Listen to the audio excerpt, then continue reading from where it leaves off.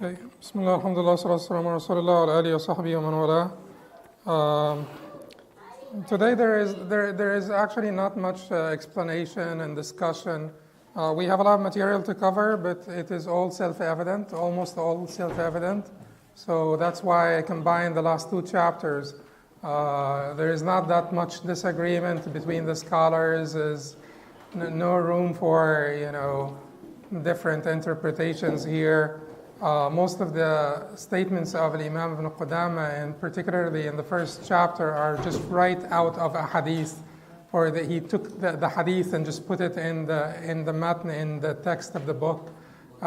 Didn't add his own words at all. He just took the wording of the Prophet ﷺ and placed it there, because this is about prescribing for us voluntary fasts. The voluntary fasts that are prescribed, that are preferred. So Imam ibn Qudamah rahimahullah, who died in the year 620 after Hijrah, said in his book al-Umdat, which is one of a series of books that he wrote on the Hanbali madhab, ending eventually with a comparative fiqh book with a Hanbali leaning that is considered to be the largest compendium of fiqh or encyclopedia of fiqh written, al-Mughni, but started from al-Umdah and then al-Muqni' and then al-Kafi and then al-Mughni. Al-Umdah is the book that we're covering here, and we are adding a little bit of a comparative flavor, but it is certainly a Hanbali class, which is a disclaimer, because like I said, it's a Hanbali class, so we may not be doing justice to the proofs of the other mazahib. But you are keeping in the back of your mind that we're not, because if we give justice to the proofs of all of the mazahib, we are not going to be able to finish anything, and that is important to say, that when we cover these issues and we present, we're trying to be as fair as possible when we address certain issues of disagreement between the four mazahib.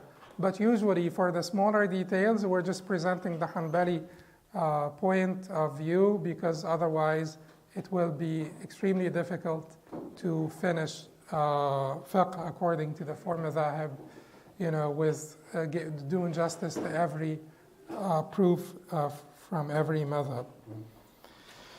Imam al-Qudamah rahimahullah said, أفضل الصيام صيام داود عليه السلام كان يصوم يوما ويفطر يوما. The best fasting is that of Dawud alayhi salam. He used to fast every other day. This is just the hadith reported by al-Bukhari and Muslim from Abdullah ibn Amr ibn al-As radiyallahu anhu. Hadith, no controversy. Done. So the best fasting is the fasting of Dawud alayhi salam. كان يصوم يوما ويفطر يوما. He used to fast every other day. He used to fast one day and break his fast the other day. One addition to this hadith has been reported outside of al-Bukhari and Muslim in Sunan. The Prophet ﷺ added, وَلَا يَفِرُّ إِذَا لَاقَ, and he did not run away when he encountered his enemy. وَلَا يَفِرُّ إِذَا لَاقَ, and he did not run away when he encountered his enemy.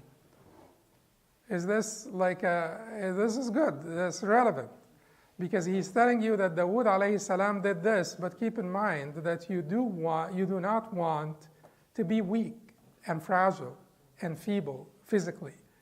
This is not prescribed Islamically. This is rahbaniyya ibtada'uha ma katabnaha alayhim. This is monasticism that they invented, and we did not prescribe it for them.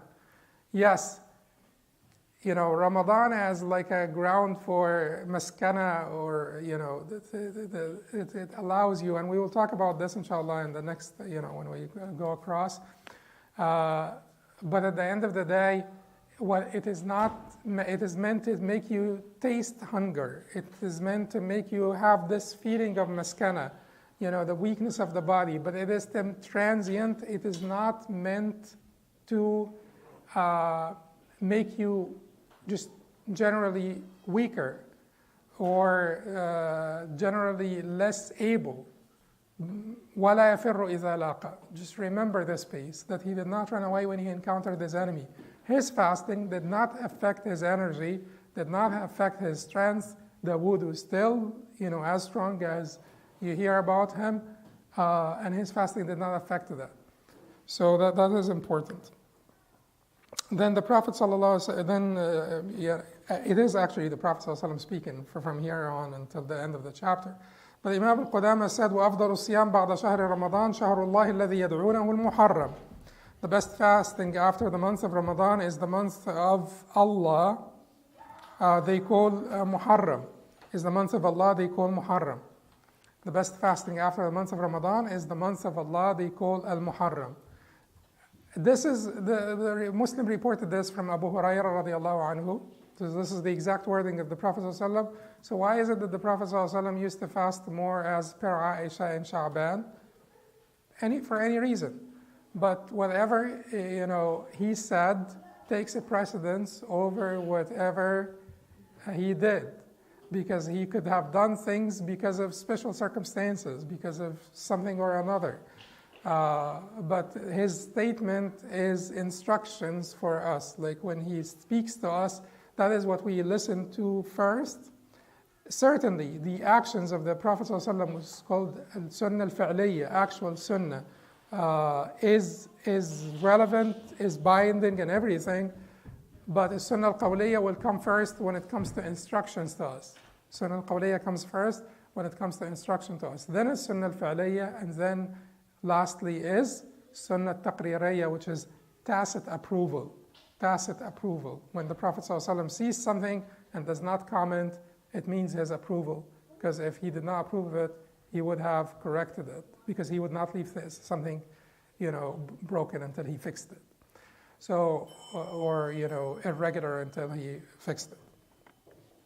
So, أفضل الصيام بعد شهر رمضان شهر الله الذي يدعونه المحرم. The best fasting after the month of Ramadan is the month of Allah they call Muharram.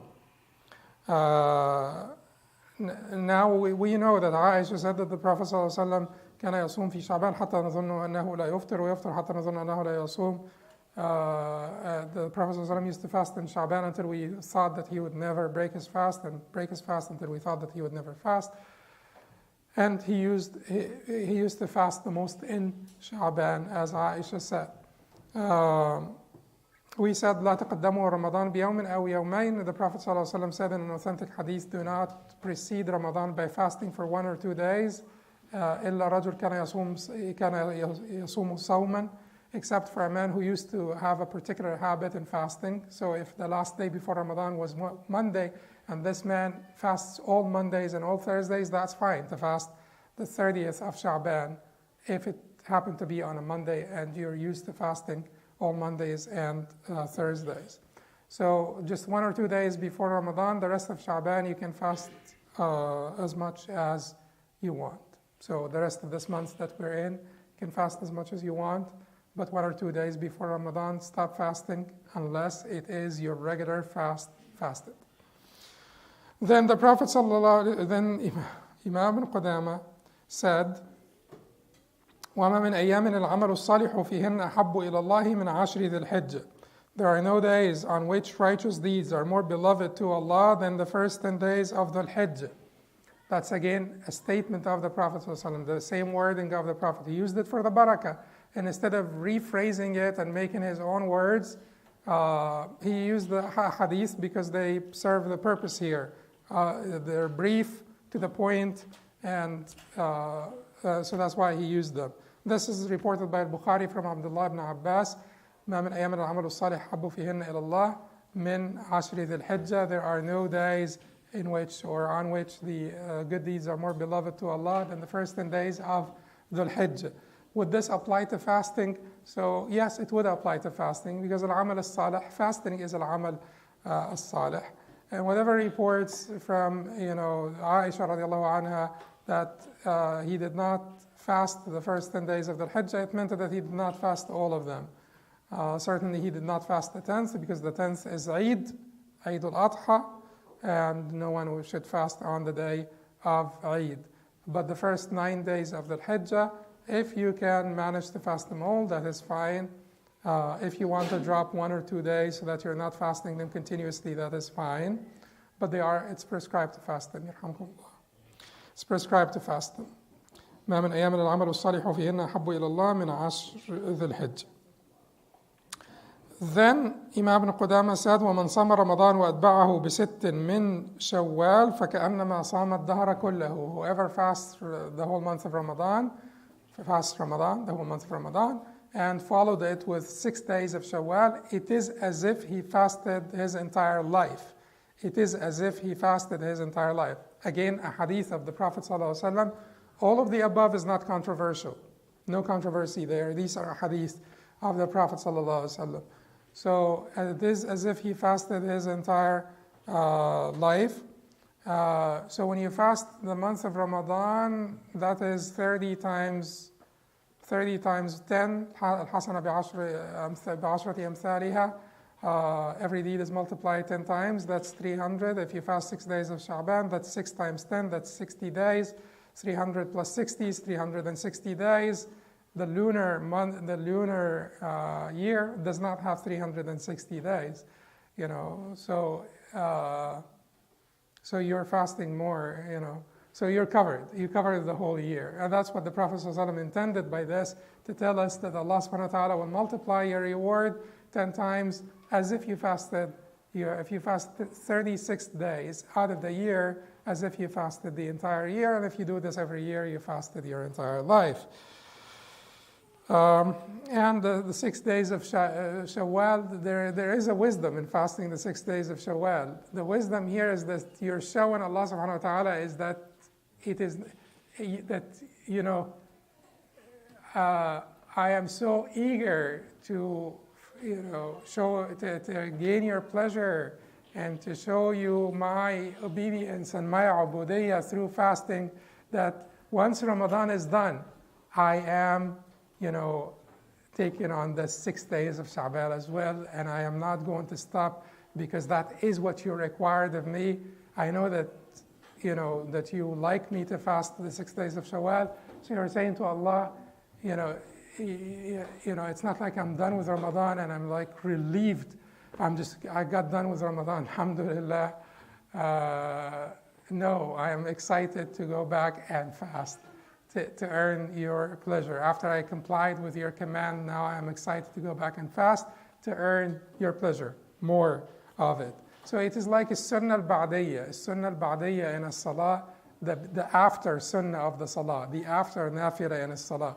You finish salat al-dhuhr, and then you stand up and you pray 2 rak'ahs. You're saying to Allah, it's not just like I'm, walking on the verge or the edge, and I'm just doing whatever you require of me, because I really fear of your punishment. I want your pleasure, and I'm doing this out of love. And so I will stand up and pray a little bit more after. So it's like a sunnah al-ba'diyya. And fasting in Sha'ban is like a sunnah al-qabliyya, the before sunnah. Then Imam ibn Qudamah rahimahullah said, وصيام يوم عاشوراء كفارة سنة وصيام يوم عرفة كفارة سنتين ولا يستحب لمن كان بعرفة أن يصومه. Fasting on the day of Ashura, 10th of Muharram, is an expiation of the sins. Don't get, we do our best to keep it quiet, but don't get annoyed when you hear children crying. Because if you don't hear children crying, you should be concerned that something has happened. They may be doing some mischief somewhere. And we would be concerned that people are discouraged from bringing their kids. And if people who have kids are discouraged from coming to the class because they have kids, then that would not be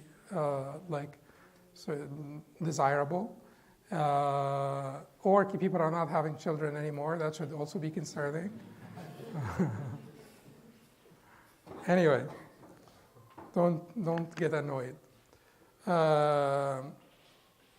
وصوم يوم عاشوراء كفارة سنة وصيام يوم عرفة كفارة سنتين ولا يستحب لمن كان بعرفة أن يصوم. Fasting on the day of Ashura, 10th of Muharram, is an expiation of the sins of 1 year, and fasting on the day of Arafah is an expiation of 2 years. For the one who is at Arafah, However, for the one who's at Arafah, it is not recommended to fast this day, because they want all of the energy to make dua and to do the rituals of Hajj. So they want all of their energy. So this is a hadith also reported by Muslim from Abi Qatada radiallahu anhu. The Prophet ﷺ said, صِيَامُ يَوْمِ عَرَفَةَ أَحْتَسِبُ عِنْدَ اللَّهِ أَنْ يُكَفِّرَ السَّنَةَ الْمَاضِيَةَ وَالسَّنَةَ الْمُقْبِلَةَ, or as he said, وَصِيَامُ يَوْمِ عَاشُوراء أَحْتَسِبُ عِنْدَ اللَّهِ أَنْ يُكَفِّرَ السَّنَةَ الْمَاضِيَةَ وَالسَّنَةَ الَّتِي قَبْلَهَ. The fasting on the day of Arafah, I hope that Allah will expiate by this for 2 years, the one before and the one after, and fasting on the day of Ashura, I hope that Allah will expiate by this for 1 year, or expiate the sins of 1 year. And this is reported by Muslim from Abi Qatada. I know that that there are some concerns about the day of Ashura, and there is. Okay, yeah, I want you to be understanding here. People have like a little bit. There is a little bit of ambiguity in the Hadith of Ashura. The fact that Ashura was prescribed early on during the life after the Hijrah of the Prophet ﷺ in Medina, and this was prescribed before the second year of Hijrah, because in the second year of Hijrah, Ramadan was prescribed, and we know that fasting on Ashura was prescribed before Ramadan was prescribed, and was obligatory before Ramadan was prescribed. And people say that the Prophet ﷺ in the same hadith, he said, if I live until next year, I will fast the 9th and the 10th, or the 10th and 11th, and he did not live until the next year. It is very possible that there is some merging of two ahadith. Keep in mind the transmission of the ahadith. That is why we say that the transmission of ahadith is not certain like the transmission of the Quran, is not word for word like the transmission of the Quran. If you have difficulty with this, you will either have a faith crisis at one point, or you will ignore the facts to the point where you become sort of irrelevant to people that you speak to. You will be just like too dogmatic to relate to, or you will not whatever you say will not resonate with people. The transmission of the hadith was not certain like the transmission of the Quran. The transmission of the hadith was through a bona fide methodology, a great methodology that created the best results possible, that brought about the best results possible. Yet, it was not like the transmission of the Quran. It is not with the same certainty as the transmission of the Quran. The majority of the usuliyin, the vast majority of the usuliyin, say that all of the ahadith, except the mutawatir ahadith that are reported by continuous testimony, have been transmitted on the basis of ghalabat al-dhann, not yaqeen. Propensity, not certainty. Propensity, not certainty. Therefore, you cannot say that this hadith, because it is reported in Bukhari, I swear by Allah that this is 100% from the Prophet ﷺ. I can't say that. Honestly, I can't. And despite all of the distortion, and despite all of just defamation that may result from making that statement, you will have to make it, because it is true. Now, the thing is, I have great confidence in each and every hadith reported by Bukhari and Muslim, because the Ummah accepted those hadith, because there is like a general collective agreement on the acceptance of the hadith of Bukhari and Muslim, and I believe that they are binding. Absolutely, I can say this. Are they binding? Absolutely. To be binding, do they have to be certain, or propensity is enough for them to be binding? No, propensity is enough for them to be binding. And for me, I am Hanbali, for me, they are binding not only in amal, but also in ilm. Not only in matters of practice, but also in matters of creed. They are binding. We have to accept them. They are ahad. They are transmitted by like single reporters or more, short of tawatur, continuous testimony, but they are binding. They are binding. But having said that, they are binding. We work in propensity. We don't always work in certainty. Most of our lives, we're working on propensity, not certainty.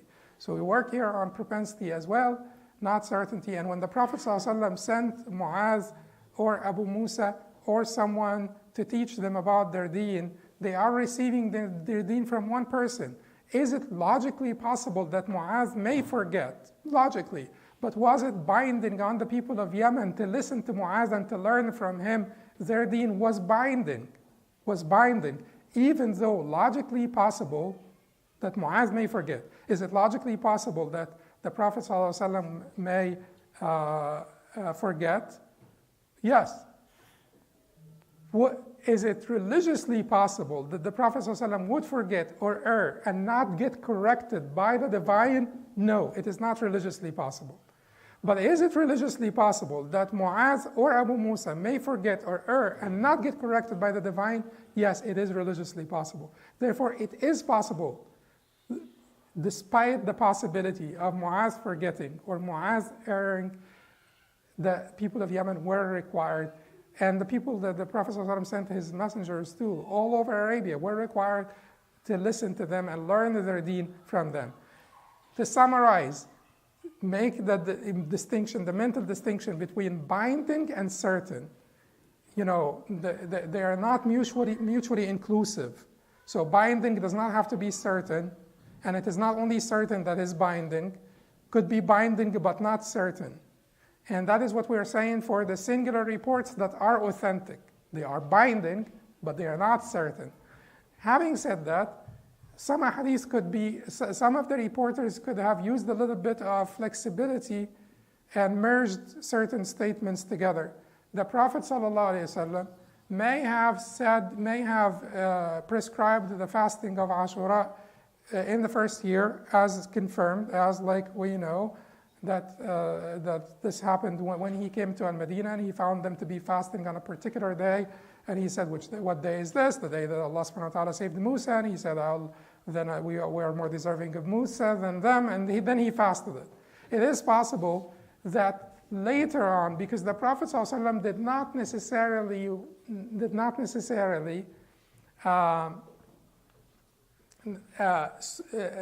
distinguish himself and the believers from the people of the book until later in his blessed ministry. Until later, not earlier. Earlier, the Prophet used to act like them, used to comb his hair like them, to distinguish himself from the pagans. Because this is the group that we belong to. The group that we belong to. When Islam became strong and became distinct and so on, then we distinguished ourselves from the group, this group of religions, Abrahamic religions. Initially, the Prophet ﷺ distinguished himself from the pagans and was more looking like the people of the book. Later, when Islam became, the complete and perfect, the Prophet ﷺ distinguished himself from the people of the book. So that, because of the similarities, don't think that it is a continuum. Because of the similarities, don't think that this is just like the other ones. This is the final message. This is the last testament. This is the final testament, last message from the divine, and it is independent and separate and completely distinct from the other messages. وَمُهَيْمِنًا عَلَيْهِ, and it has authority over all of them. It has authority over all of them. So initially, the Prophet may have not said that I will fast the 9th and 10th next year. Then later on in his life, he said that. But the reporter may have combined the two because they used it to do this. They used to have sort of the liberty to put together and separate and, put like half of a hadith with a half and another half of the hadith, or separate them. Because many of the reporters felt that they do not necessarily need to relate the exact wording of the Prophet ﷺ. Muslim, did not believe that you could relate the meanings of what the Prophet ﷺ said.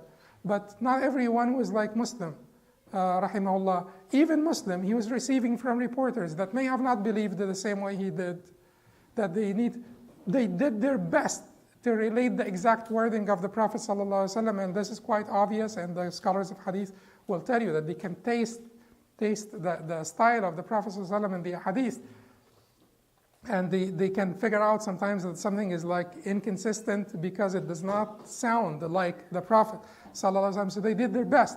But you do see discrepancy between the Hadith, the different reports. You do see discrepancies between different reports, and if to say that the Prophet repeated the same statement 26 times, every time, and it doesn't make sense. We have to be reasonable, because you're not, all people read nowadays, and people use their reason. So you have to be reasonable to be convincing. So you'll have to say, it is very possible that the reporters used slightly different wordings in relating the hadith from the Prophet ﷺ. It is very possible that the reporters took two pieces and connected them together. It is very possible that the reporters took one hadith and separated it into parts. In this case, it is very possible that the reporters did this, and that the Prophet ﷺ initially fasted, and then he continued for 9 years to fast just like the Jews were fasting, and then towards the end of his life, when he put more effort into distinguishing the rituals of Islam from and the teachings of Islam from the rest of the group of Abrahamic religions, then he said, if I were to live until next year, I would do such and such. Is this clear? If anyone has, because there is a lot of, Ashura and all of them. Yeah. What's the other possibility? The other possibility? I understand the possibility you just explained. Mm. It could be, if there was, for example, a blending of a hadith. What could be the other possibility? What he intended? What that hadith means? Am I just lost? No, I'm lost. What? What makes it controversial, fasting Ashura? Oh, what makes it controversial, fasting Ashura? Because obviously the Shia say that this is a made-up thing, and there is no fasting of Ashura. There is no Ashura. Ashura is the day that al-Hussein was killed on. You guys made this all up, and here are all the discrepancies and all the inconsistencies in your own reporting of this incident. They say that the Jews don't fast on this day, and the answer to this is that, the Jews today do not necessarily have to been, whatever the Jews are doing today may not be whatever they were doing during the time of the Prophet ﷺ in Medina of the Prophet ﷺ, and we have seen how religions evolved and how practices dropped and how practices evolved in different religions. They may say that there is a discrepancy here between you're reporting that he did this on the first day, and you're reporting if I live until next year, then I will fast, and he did not live until next year. So how come you're saying that he fasted Ashura on the first year, and you're saying also that he started the fast on the last year, and he did not make it so there's. Yeah, so the inconsistencies in the... No, I'm not talking about the four madhab, but I'm talking about the Shia Sunni sort of controversy over Ashura. So do we fast or not? Oh, yes. Yes, and no. No, we fast on the day of Ashura. What is not prescribed on the day of Ashura is basically celebrating the day as if it is Eid. It is not Eid,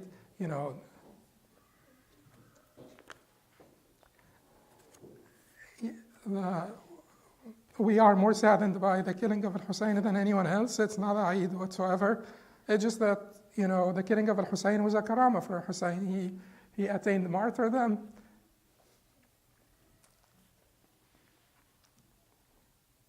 So, it does not detract from the day. It is a glorious day, and it was a glorious day for al-Hussein, radiallahu anhu, and he attained martyrdom on that day. So we fast today, but it is not a day of celebration for us. It's not a day of celebration, it's just a day of fasting. So we thank Allah subhanahu wa ta'ala for saving Musa alayhi salam, and this is our way of saying that, Musa is ours, and we're more worthy of Musa than anyone else. And this is a continuum from Adam until Muhammad sallallahu alayhi wa sallam ajma'een. And the fact that al-Hussein was killed on that day does not detract from this day. It adds to the glory of al-Hussein, and it adds because he attained the martyrdom on a blessed day. He attained the martyrdom on a blessed day. Anyway, so then he said, okay, وَيُسْتَحَبُّ صِيَامْ أَيَّامَ الْبِيضِ وَالْإِثْنَيْنِ وَالْخَمِيسِ. And it is recommended to fast the white days and Mondays and Thursdays. It's recommended to fast the white days and Mondays and Thursdays. Fasting the white days. What are the white days? The 13th, 14th, 15th of every month. Abu Dharr, Tirmidhi reported from Abu Dharr radiallahu anhu, he said, أمرنا رسول الله صلى الله عليه وسلم أن نصوم ثلاثة أيام من كل شهر، الثالث عشر والرابع عشر والخامس عشر. The Messenger of Allah commanded us to fast 3 days of every month, the 13th, the 14th, and the 15th. That's what Abu Dharr said. Why did the scholars thereafter call them the white days? Because of the full moon. Because the sky is white, is lit by the full moon. Okay. Then al-Ithnain wal-Khamis. Al-Ithnain wal-Khamis is obvious because the Prophet ﷺ said, تعرض الأعمال على الله يوم الاثنين والخميس وأحب أن يعرض عملي وأنا صائم. And this is reported by Tirmidhi from Abu Hurairah. The Prophet ﷺ said, deeds are presented to Allah subhanahu wa ta'ala on Mondays and Thursdays, and I like my deeds to be presented when I'm fasting. Then, by the way, the fasting, 2 or 3 days a week is what is prescribed now in intermittent fasting. Intermittent fasting is 16 hours a day, 2 to 3 days a week. It's basically exactly the sunnah. And then he said, وَالصَّائِمُ الْمُتَطَوِّعُ أَمِيرُ نَفْسِهِ إِنْ شَاءَ صَامَ وَإِنْ شَاءَ أَفْطَرَ وَلَا قَضَاءَ عَلَيْهِ. The person performing a voluntary fast is in charge of himself. If he wants, he may fast, and if he wants, he may break the fast, in which case he is not required to make it up. Here, we get to the first controversy here. Whenever you don't have like an explicit hadith, you're going to get into controversy. The Malikis and Hanafis, and keep in mind, if you have been doing this, keep doing it. The Malikis and Hanafis would require you to finish. The voluntary act that you started or make it up. The Shafi'is and Hanbalis said, if this is a voluntary act, you do not need to finish it, and you do not need to make it up, because it was initially not required of you. And if you started it and you stopped it, all of them will say it is not preferable. Will anyone say it's a good thing, start a good thing and stop it in the middle without finishing it? No one will say that. All of them will say, it's not a good thing. But the Malikis and Hanafis will ask you to make it up if you did not finish it. So if you fasted, if you just happened to feel like fasting one day and you said, I'm fasting tomorrow, and then by Dhuhr tomorrow or by Asr tomorrow you felt so thirsty and just said, you know what, I'm just going to break my fast today. Or you did not have your coffee in the morning and you had headache and stuff. I'll not finish my fast today. Don't do this in Ramadan. But, so the Malikis and the Hanafis and Malikis will tell you what? That's fine, make it up. You have to make it up. Shafi'is and Hanbalis will tell you this was not required of you to begin with by the Sharia. You don't need to make it up. You don't need to make it up. Is that clear? Okay. You should continue, yes. Sinful if you break it. Yeah, because Allah subhanahu wa ta'ala said, Ya ayyuhalladhina amanu, لا أطيعوا الله ورسوله ولا تبطلوا أعمالكم. إن الذين كفروا وصدوا عن سبيل الله وشاقوا الرسول من بعد ما تبين لهم الهدى لن يضروا الله شيئا وسيحبط أعمالهم. يا أيها الذين آمنوا أطيعوا الله ورسوله ولا تبطلوا أعمالكم. O you who believe, obey Allah and His Messenger. ولا تبطلوا أعمالكم, and do not invalidate your deeds. Do not invalidate your deeds. This could be understood in so many different ways. But the Malikis and the Hanafis and Malikis say that it means that once you started something, you don't invalidate it. You don't interrupt it. You don't invalidate it. That's their take on this ayah. Then وكذلك سائر التطوع إلا الحج والعمرة فإنه يجب إتمامهما وقضاء ما أفسد منهما. Likewise are all voluntary acts except for Hajj and Umrah, they must be completed, and when invalidated it is mandatory to make them up.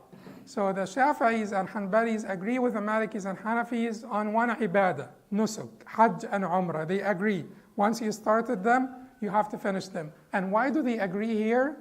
Because Allah said in Surah Al-Baqarah, وَأَتِمُّوا الْحَجَّ وَالْعُمْرَةَ لِلَّهِ فَإِنْ أُحْصِرْتُمْ فَمَا اسْتَيْسَرَ مِنَ الْهَدْيِ. وَأَتِمُّوا meaning complete al-Hajj and Umrah for Allah. وَأَتِمُّوا الْحَجَّ وَالْعُمْرَةَ لِلَّهِ فَإِنْ أُحْصِرْتُمْ فَمَا. So Allah said clearly about al-Hajj and Umrah, complete them. And He did not, point out the obligatory Hajj and Umrah, or He did not mention the obligatory Hajj and Umrah. He said, وَأَتِمُّوا الْحَجَّ وَالْعُمْرَةَ لِلَّهِ. Complete Hajj and Umrah for Allah. So the Shafi'is and Hanbalis here side with the Malikis and Hanafis just on Hajj and Umrah. Once you start them, you ought to finish them or make up. Okay. Then ونهى النبي صلى الله عليه وسلم عن صوم يومين يوم الفطر ويوم الأضحى ونهى عن صوم أيام التشريق إلا أنه أرخص في صومها للمتمتع إذا لم يجد الهدي. ونهى النبي عن صوم يومين. The Messenger of Allah forbade fasting on 2 days. يوم الفطر ويوم الأضحى, the day of Eid al-Fitr and the day of Eid al-Adha. ونهى عن صوم أيام التشريق, and He forbade, in addition, He forbade fasting on the days of Tashriq. إلا أنه أرخص في صومها للمتمتع إذا لم يجد الهدي, except that He except for the person who is doing tamattu and cannot afford a sacrificial animal, hadi, a sacrificial animal. Because Bukhari reported from Aisha that the Prophet ﷺ لم يرخص في أيام التشريق أن يصمنا إلا للمتمتع إذا لم يجد الهدي. That it was not permissible, it was not permitted for the days of Tashriq to be fasted on, except for the one in tamattu who did not find hadi. Keep in mind, the one who is doing qiran also takes the same ruling. So it is either mutamattu or qarin. What is tamattu? Tamattu is umrah before hajj with interruption of the state of ihram. What is qiran? Qiran is umrah with, not before, umrah with hajj without interruption of the state of ihram. Both cases, because you're doing umrah with hajj, on the same trip, you ought to offer a hadi, sacrificial animal. So in both cases, you're allowed, if you cannot afford the sacrificial animal, you're allowed to make up for this by fasting, فمن لم يجد okay. Yeah. فمن تمتع بالعمرة إلى الحج فما استيسر من الهدي. فمن يجد الهدي فصيام 3 أيام في الحج و7 إذا رجعتم تلك 10 كاملة ذلك لمن لم يكن أهله حاضر المسجد الحرام. So فمن لم يجد الهدي فصيام 3 أيام في الحج. So whoever does not find the hadi, whoever does not afford, does not afford here, it means whoever does not afford the sacrificial animal, فصيام 3 أيام في الحج و7 إذا رجعتم. Then fasting then it is prescribed for them to fast 3 days during Hajj and 7 when they return.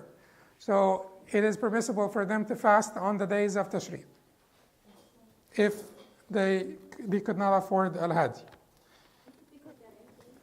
because they are Eid days, and they are, as the Prophet ﷺ said, أيام أكل وشرب. These are days of celebration, with eating and drinking and everything. So 5 days a year that we cannot fast. What are they? Eid al-Fitr, al-Adha, and the 3 days of Tashriq. Fitr, Adha, 3 days of Tashriq. These are the 5 days every year that we are forbidden to fast. وَلَيْلَةُ الْقَدْرِ. Okay, and then Imam al-Qudamah said, وَلَيْلَةُ الْقَدْرِ فِي الْوِتْرِ مِنَ الْعَشْرِ الْأَوَاخِرِ مِنْ رَمَضَانِ. The night of decree is one of the odd nights in the last 10 days of Ramadan, and he did not particularly say the 27th is the most likely one, but in the madhab, the 27th is the most likely one. The most likely one. Not determined, not final, but the 27th is the most likely one. But in general, it is one of the odd nights. The 21st, 23rd, 25th, 27th, 29th, these are the nights that you would be pursuing Laylat al-Qadr in. 21st means what? 20th at night. The eve of the 21st. Someone just recently taught me to say the eve of the 21st because it will like click in if you say the eve of the 21st, right? It clicks in, right? For people, yeah. So the eve of the 21st, the eve of the 23rd, 25th, 27th, and 29th. You will be pursuing those nights. But you will be excelling in the last 10 days in general. You'll be, upping this in the odd nights, and you'll be upping this a little bit more on the 27th. Then we're done with this chapter, the Bab al-Itikaf, the chapter of devotional retreat, Itikaf, وهو لزوم المسجد لطاعة الله تعالى فيه. This means abiding, staying in the masjid for the worship of Allah Most High. Abiding or staying in the masjid for the worship of Allah Most High. How long do you need to stay in the masjid to be considered the mu'takif? The duration? The Hanafis and the Hanbalis. Hanafis and Hanbalis said 1 hour. 1 hour, by the way, is our hour. Yes, they did not have watches, but they divided the day into 12 hours and the night into 12 hours. Therefore, it looks like 1 hour for them is like 1 hour for us. But it is not exact, because they did not have watches. But you get the point, right? They divided the day into 12 hours, and if they did, then it is 1 hour to them is like 1 hour to us. So the Hanafis and Hanbalis said 1 hour. So if you are, the benefit of the Hanafi and Hanbali position, keep in mind the Shafi'i said 1 moment.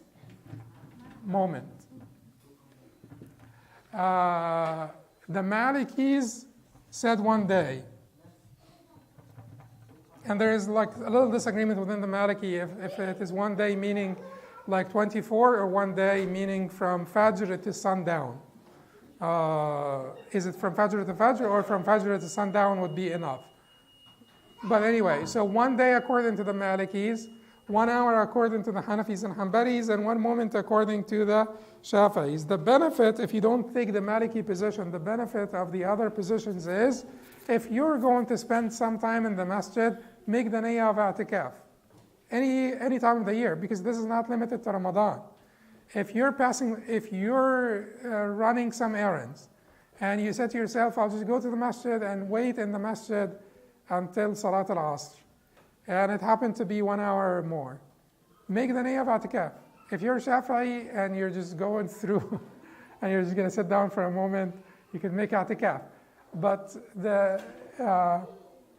according to the majority, if you're going to be able to spend 1 hour in the masjid, make the niyyah of Itikaf, you get the reward of Itikaf as well. And this is any time of the year. It is not limited to Ramadan. Then he said, وَهُوَ سُنَّةٌ إِلَّا أَنْ يَكُونَ نَذْرًا فَيَلْزَمُ الْوَفَاءُ بِهِ. It is sunnah unless it is vowed. In this case, the vow must be fulfilled. The vow must be fulfilled. If you make a vow that you will make Itikaf on a particular day, it's obligatory. because fulfillment of vows is obligatory. Whatever vows you make, except vows that you cannot manage to fulfill, and vows of sin. If you vow to make a sin, then, there is controversy over vows of mubah, permissible things. But vows of qurubat, vows of good deeds, must be fulfilled. If you vow to make a good deed, must be fulfilled. Okay, as long as you can fulfill it. Now, so this is clear, right? But if it is not vowed, then it is just the sunnah. It's recommended. It becomes emphasized when? The last 10 days of Ramadan. It's recommended any time of the year. It becomes emphasized when? Last 10 days of Ramadan. Why? Because the Prophet consistently did it. And then, except when when his wives, that story when they wanted to come and camp next to him and so on. But throughout the year it is sunnah emphasized during the last 10 days of Ramadan. And the Hanafis said it's a communal sunnah, meaning they do find you liable as a community if you fail to have i'tikaf in your town. They will find you liable. The Hanafis will find the community liable if the community failed to have i'tikaf in their town. No one is making i'tikaf in town. That town is liable, according to the Hanafis. Okay. Then Imam al-Qudamah said, وَيَصِحُّ مِنَ الْمَرْأَةِ فِي كُلِّ مَسْجِدٍ غَيْرِ مَسْجِدِ بَيْتِهَا. For a woman, it is valid in every masjid aside from the masjid of her own home. Keep in mind, the masjid of her own home, Masjid al-Bayt, is a masjid tajawuzan, metaphorically, allegorically, because technically it is not a masjid. The masjid of your home means that the prayer quarters in your home, and they used to separate some area in their homes to be the prayer quarters in their homes. They would pray in them, sit down and read Quran in them, make them their own little masjid. Could be in her own bedroom. She not necessarily partitioned, designated a certain area in her bedroom to be her masjid, the place of her prayer. And so she could sit and make i'tikaf there, according to the Hanafis. The Jumhur, the majority, said no, she cannot make i'tikaf there because i'tikaf is in al-masajid. وَأَنْتُمْ عَاكِفُونَ فِي الْمَسَاجِدِ. While you're making i'tikaf in masajid. So Maliki, Shafi'is, Hanbalis say no i'tikaf for a man or woman except in a masjid. Hanafis only said that she can make i'tikaf in the masjid of her home. And Hanafis also said it is disliked for her to make i'tikaf in the masjid. That is, the real masjid, in the masajid.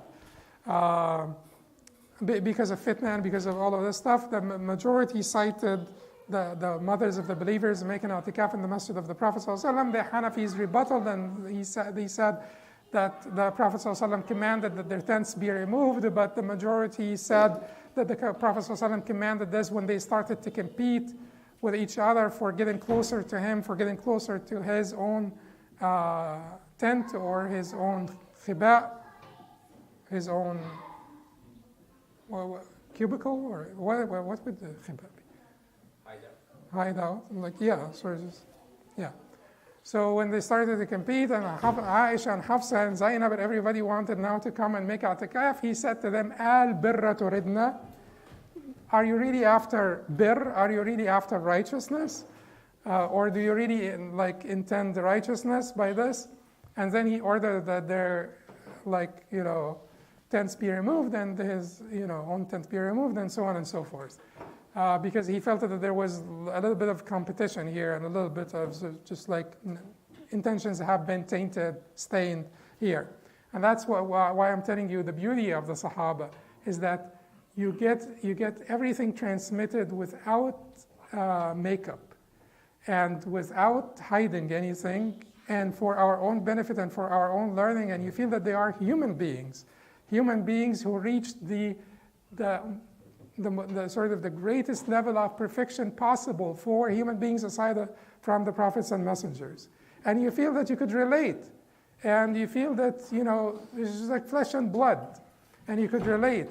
to they guide you through your own struggle without lying to you, without exaggerating to you, without adding any makeup to their stories. They just transmit them to you for your own learning and so that you could follow them in your own struggle. Anyway, so they had this done. So the majority, they said to the Hanafis, the Prophet ﷺ did not tell women that they are not meant to make i'tikaf. The Prophet ﷺ, on that particular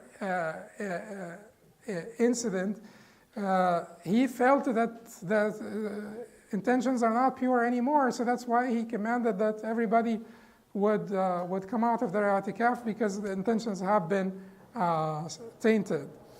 So that's the disagreement, and that is why you find in different communities people are less accepting of women making i'tikaf in the masjid, because if the masjid is predominantly a Hanafi masjid, or the congregation of the masjid is predominantly Hanafi, yes, you get some frowns at women making i'tikaf because it is disliked in the madhab. It's not haram, it is disliked. But if we say that the majority allowed it and it is not really haram in the madhab, then we should really show flexibility, and that is why many of the masajid, the Hanafi masajid that are sort of, more tolerant of the disagreements and stuff, they allow, nowadays they allow i'tikaf in the masjid. Whether it is basically because of all disagreement or because of the pressure. But whatever, it's okay. And that would be like a good pressure, not a bad pressure. Sometimes it's bad though. Anyway, next, he said, ولا يصح من الرجل إلا في مسجد تقام فيه الجماعة واعتكافه في مسجد تقام فيه الجمعة أفضل. For a man, it is only valid in a masjid where the congregation prayer is performed, and it is better to make i'tikaf in a masjid where the Jum'ah prayer is also offered. So for a man, it is only valid in a masjid where the congregational prayer is performed, and it is better to make i'tikaf in a masjid where the Jum'ah prayer is also offered. Is that clear? Yes. But this is not everybody, by the way. This is not everybody. This is Hanafi and Hanbali. Hanafi and Hanbali. And the Hanafis do not require that the 5 daily prayers are established, but the Hanafis say that it is called, you can't make i'tikaf except in a masjid jama'ah. Masjid jama'ah in the lingo of the Hanafis means what? Means a masjid that has an imam and a muazzin. If the masjid does not have an imam and a muazzin, it is not masjid jama'ah in the Hanafi lingo. So it has to have the imam and the muazzin, and they have to be designated imam and muazzin, bratib. And this meets the masjid jama'ah in the Hanafi the definition. In the Hanbalis said 5 daily prayers. 5 daily prayers. Imam plus muazzin for the Hanafis. For the Hanbalis, 5 daily prayers. At least in the period or during the period that you will be in i'tikaf. At least during that period, the masjid has to have the 5 daily prayers. Okay, for the Hanbalis. The Malikis and the Shafi'is said any masjid. Any masjid. It would make perfect sense for the Hanbalis to say this because the Hanbalis believe that Salat al-Jama'ah is obligatory. So it would make perfect sense for them to require that you make it in a masjid where the Jama'ah is established. Now, why is it that they did not require you to pray in a masjid where Jama'ah is established? The Hanbalis are not requiring you to pray in a masjid where Jum'ah is established.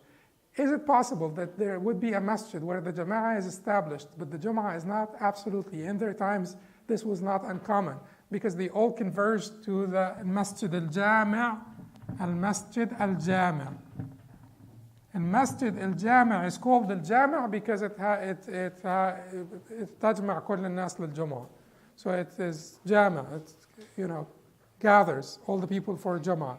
So it's masjid, any masjid, you pray the 5 daily prayers, but in Masjid al-Jami' in the center of the town, or the biggest masjid in the town, people converge to it for the Jum'ah prayer. So this is another masjid here. The Hanbalis told you that's okay, you could pray in this masjid, as long as it has the 5 daily prayers.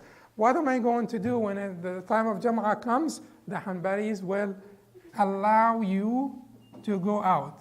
Not the Malikis and Shafi'is, they do not allow you to go out, but the Hanbalis will allow you to go out to the masjid for the Jam'ah prayer. The Malikis and Shafi'is said, if the time of Jam'ah will come, why didn't you pray? Why didn't you make i'tikaf in a masjid Jama? If there will be a Jam'ah during your i'tikaf, you could have made i'tikaf you interrupted your i'tikaf by going out to al-Jam'ah. The Hanbalis say, no, we will allow you to make i'tikaf in a masjid that has the 5 daily prayers, even if the Jam'ah is not established, and we will allow you to go out for Jam'ah, but when you go out for Jam'ah, it is straight line, and that's it. And you just don't like go around and go through the market and check out a few things, and stop by Starbucks. Anyway, that's all clear, right? Then the Sheikh said, وَمَنْ نَظَرَ الْاعْتِكَافِ أَوْ الصَّلَاةِ. Now, the masjid that you can make i'tikaf in, according to the agreement of the 4 imams, the issue of i'tikaf is a very the 4 imams were stricter with i'tikaf than they are with the Jam'ah. The majority allowed the Jam'ah in a masjid that is not really a masjid in the technical sense of a masjid. But they all required for i'tikaf that you do it in the masjid, because the statement of Allah subhanahu wa ta'ala in the Quran, وَأَنْتُمْ عَاكِفُونَ فِي الْمَسَاجِدِ, while you are in i'tikaf in the masajid, or in your devotional retreat in the masajid, abiding in the masajid. So that is why they were stricter when it comes to i'tikaf. I'tikaf, it has to be in a masjid that is technically a masjid. بعد ثبوت المسجدية, or the state of being a masjid, has to be confirmed. And this would be a long story. Can it be if it is on the first floor, second floor, can it be a masjid and have something underneath it? Can it be a masjid and have something above it? Can it be a masjid in a rental place? Can it be a masjid before the building is completed? Can it be a masjid in the name of someone, that had not completely come out of the ownership of the person? The long story. However, a little bit of advertisement here from Masjid al-Wali. This is a bona fide masjid for sure, because it is it's not a rental property. It is waqf, and it is not a rental property. Does not have anything underneath it. Does not have anything above it. Most of these things, the flexibility will be shown. And if it is a masjid on the first floor and has something underneath, has something above it, likely it can be considered a masjid. The one thing that would be a little bit more difficult if it is in a rental place. If it is a rental place, then it would be a little bit problematic according to the majority, except for the Malikis. The Malikis said it is okay. Could be a masjid, rented masjid, or a masjid in a rental property. But the majority will require for the waqf to be established of a masjid, for the masjid to be technically called a masjid, will require a waqf.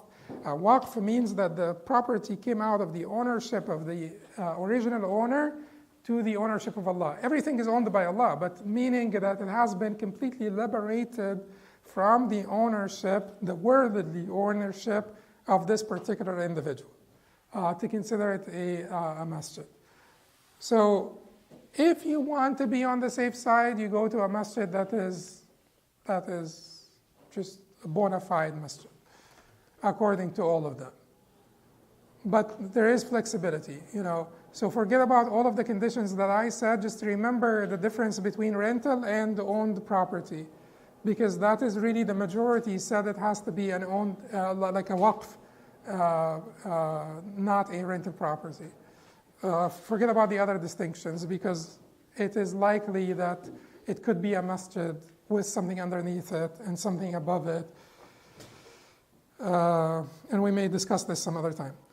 Then Imam al-Qudamah said, وَمَنْ نَظَرَ الْاعْتِكَافَ أَوْ الصَّلَاةَ فِي مَسْجِدٍ فَلَهُ فِعْلُ ذَلِكَ فِي غَيْرِهِ إِلَّا الْمَسَاجِدَ الثَّلَاثَةَ فإذا نظر ذلك في المسجد الحرام لزمه وإن نظر الاعتكاف في مسجد رسول الله جاز له أن يعتكف في المسجد الحرام وإن نظره في المسجد الأقصى فله فعله في أيهما أحب.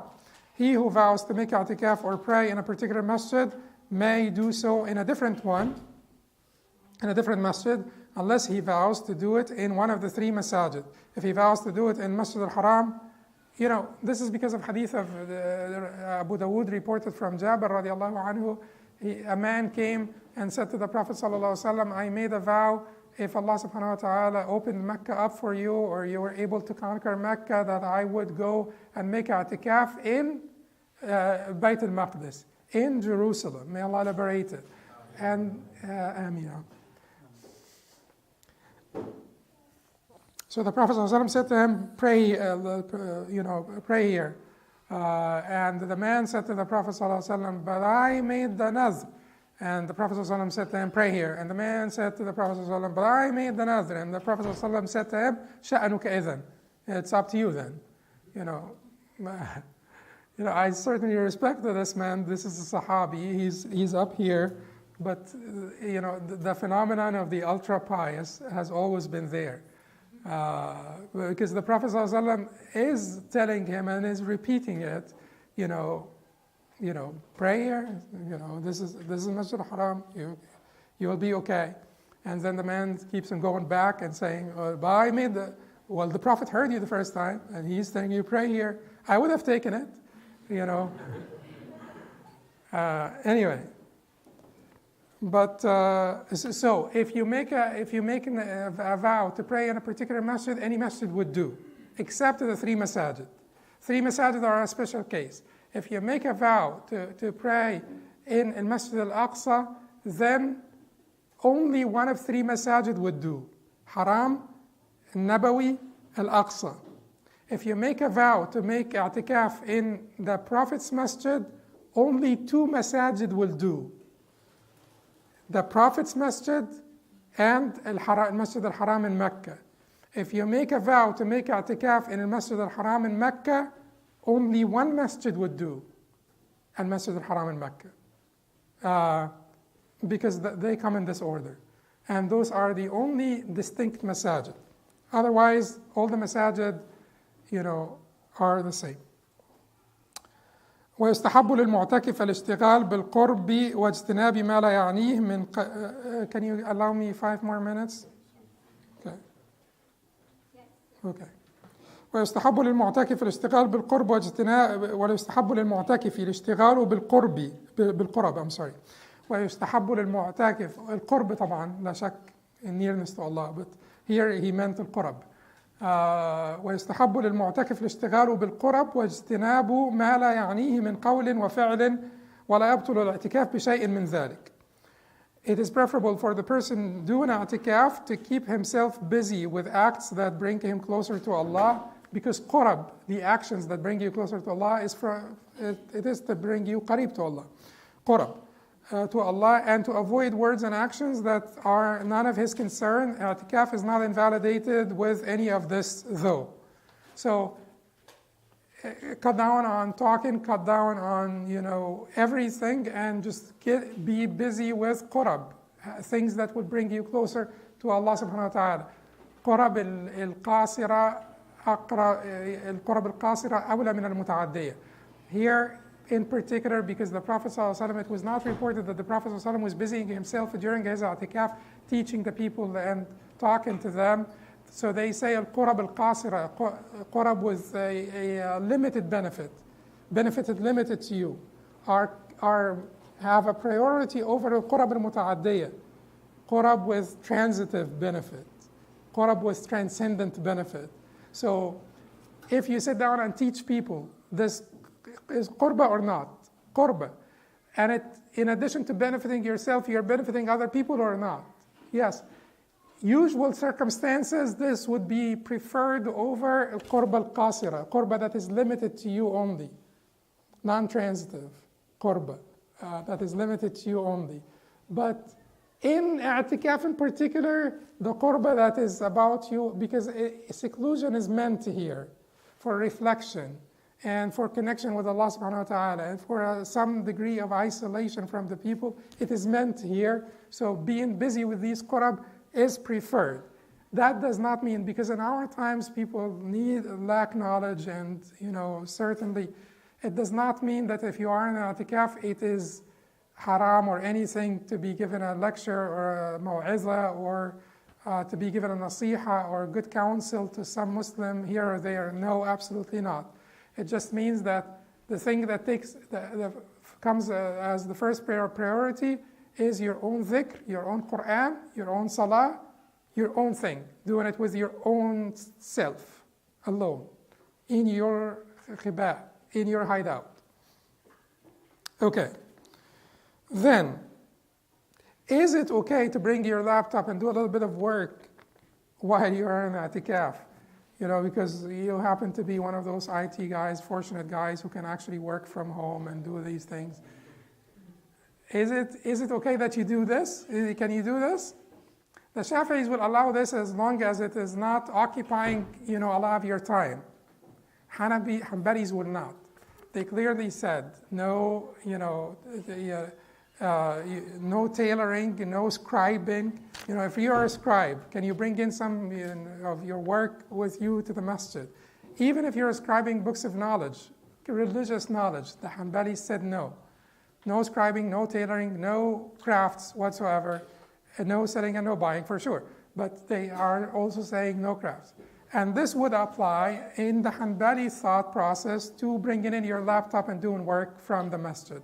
But the Shafi'is, and you could switch if you want for the 10 days, or on this one, the particular one, would allow you, if you really need to stay in touch with people in your company. Like, let's say that the CEO of a particular company really needed to stay in touch, and he really desires to make i'tikaf. We will let him bring in his laptop or his tablet. You will give him the Shafi'i position.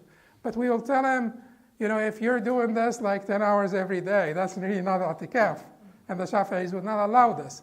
They allowed it if it is limited, Okay. Then he said, وَلَا يَخْرُجُ مِنَ الْمَسْجِدِ إِلَّا لِمَا لَا بُدَّ لَهُ مِنْهُ إِلَّا أَنْ يَشْتَرِطَ وَلَا يُبَاشِرُ امْرَأَةً.